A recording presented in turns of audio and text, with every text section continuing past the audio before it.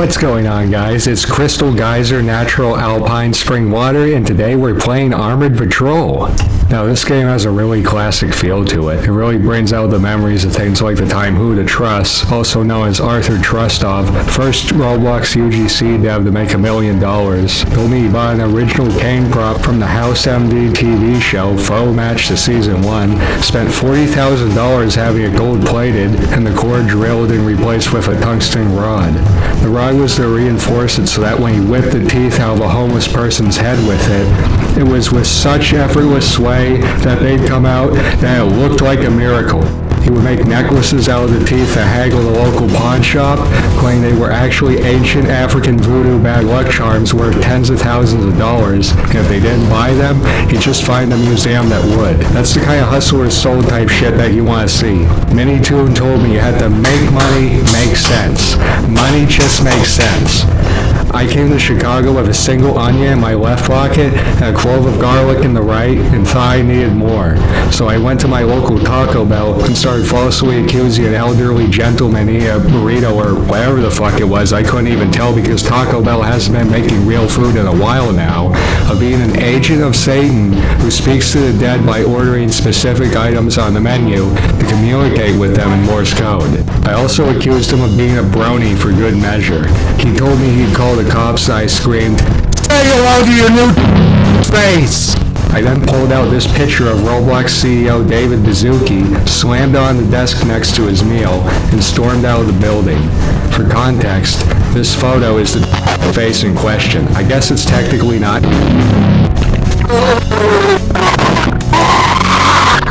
I dive-bombed into the nearest dumpster where I spent the next 3 hours digging for high-value, high-demand assets to resell on eBay. I looked out and found a broken Milwaukee angle grinder that I did surface cleaning on and listed for $10 with $500 for shipping as clickbait. I claimed it was in perfect working order, when in reality the motor was completely fucked up and missing all the copper wiring because I gutted it like a fish to sell for $2 at the local scrapyard. When it sold and the buyer complained, I told them they were trying to scam me, and that if they opened the item not as described case, I would fucking kill myself and blame them for it. They stopped responding after that, so for good measure, I told them I'd kill myself anyway just because I felt like guilt-tripping them. Never give a sucker an even break. I walk a different reality. These Walmart money-mouth, crumpet muppet pieces of shit can't begin to comprehend my existence. You don't know that I don't know that I'm going fruity tooty mode. I am going to smash all the plumbing in my house. I have the original knob and tube wiring in my 1940s Victorian revival home, and I do not care that it's a fire hazard. I power traumatize my local homeless shelter by breaking into the homes of old people who just died after body removed. I read the paper for obituaries and act accordingly. Usually the computer and everything else is still there. You can ghost perfectly. You can spend the remainder of their money on ordering pallets of watermelons or your own fruit of choice. I personally pick watermelons because the combination of them rotting and boiling in the hot summer sun can make them spontaneously combust. I was originally on the receiving end of this tactic, and I perfectly reverse engineered it. I am putting bespoke hair loss cream on my eyebrows to grow a unibrow. I steal the doorknobs off of buildings about to be demolished to build up curses. I use their combined power to influence McDonald's employees into deep frying all the food until it's more carbonized than bread from Pompeii.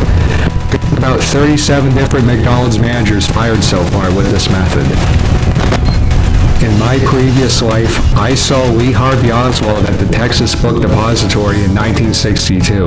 That son of a bitch did not kill JFK. He was huddled down in the corner in the third floor, hoveling Frank Cologne brand leather wallets down that stupid fucking throat of his like his life depended on it. I told him he's a fucking whack, and I'm calling the psych ward on his ass. He tried giving me this bum-ass excuse that was to deal with his Parkinson's. Something to do with the ink in the wallets temporarily curing him. Anyway, they took his ass out. 2 hours later, JFK is shot, and they bring out a second Oswald. What the fuck happened?